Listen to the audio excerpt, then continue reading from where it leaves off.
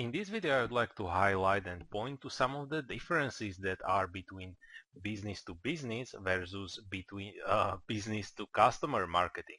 Well, it is very important to understand that these two segments are rather separated, and in the first part of the video I'm going to highlight the differences that are stemmed in the behaviors or in the characteristics of our customers, and the second part of the video is going to be a little bit more advanced, and I will go deeper into the marketing and into the implications that we should have in our decision making.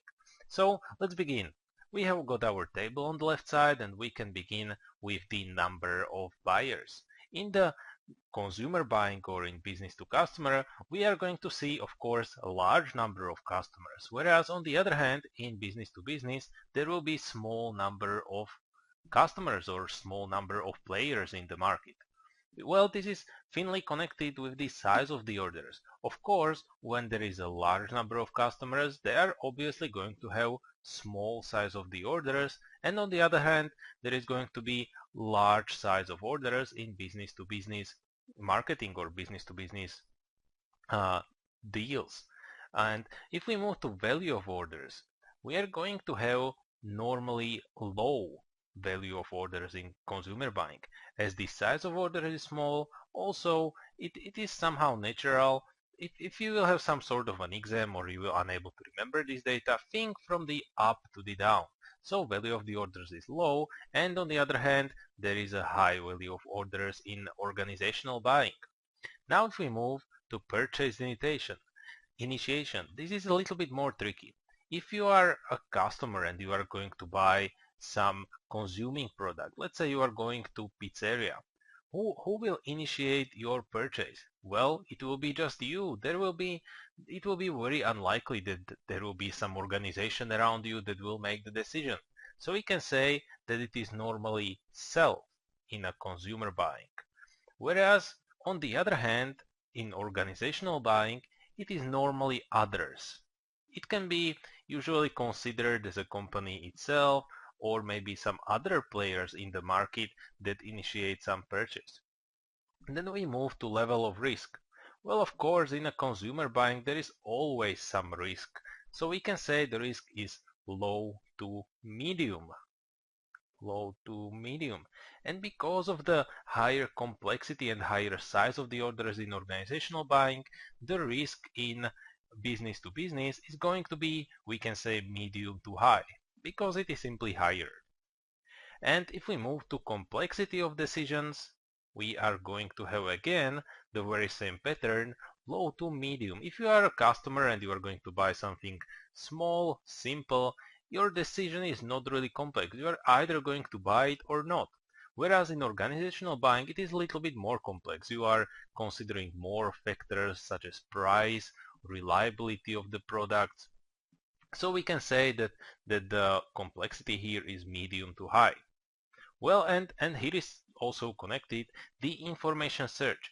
For how long or for how many of the information you are going to search when you are going to make some purchase.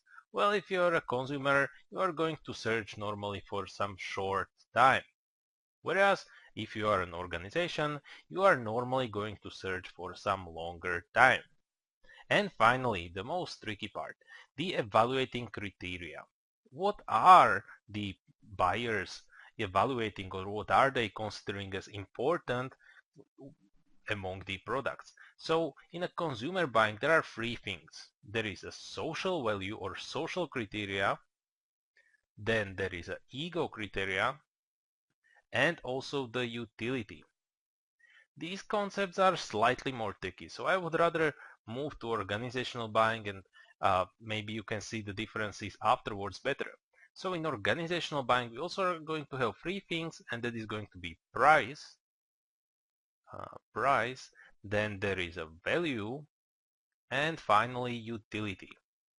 So as you can see, utility may be found in both cases. So the utility or the possibility or the extent to which we can use the product is important in both cases. But in organizational buying, of course, price and value play more of the importance. And if you are interested more in deep into this topic, I would recommend you some of my other videos. But let's move to second part of this video, and it's a little bit more in deep. So if we have business to customer time perspective, what kind of purchases are we going to have? Well, those are, we can say, isolated events.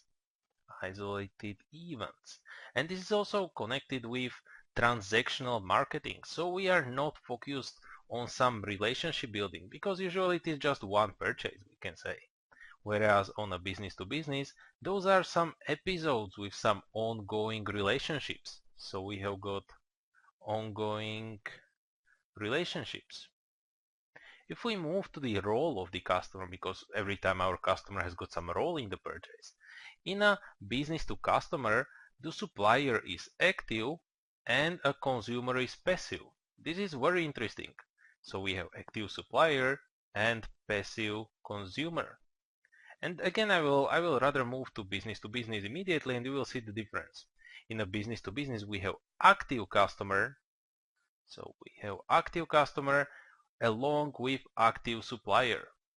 So this is finely connected with the size of the orders, value of the orders. If you are going to spend large sum of money, of course you are going to be more active. You are going to search for more information. You are going to evaluate more criteria.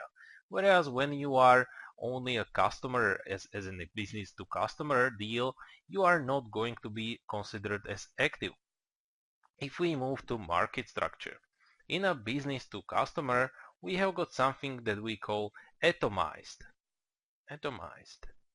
Whereas we have many suppliers, independent suppliers, and consumers. So it is a market with large number of both suppliers and consumers. Whereas in business to business, we have a few both suppliers and customers. This is again a bit tricky concept, but you can remember it this way: few independent suppliers and customers. So it is a market with low number of players. And finally, the unit of analysis. In business to customer, we call it one-sided.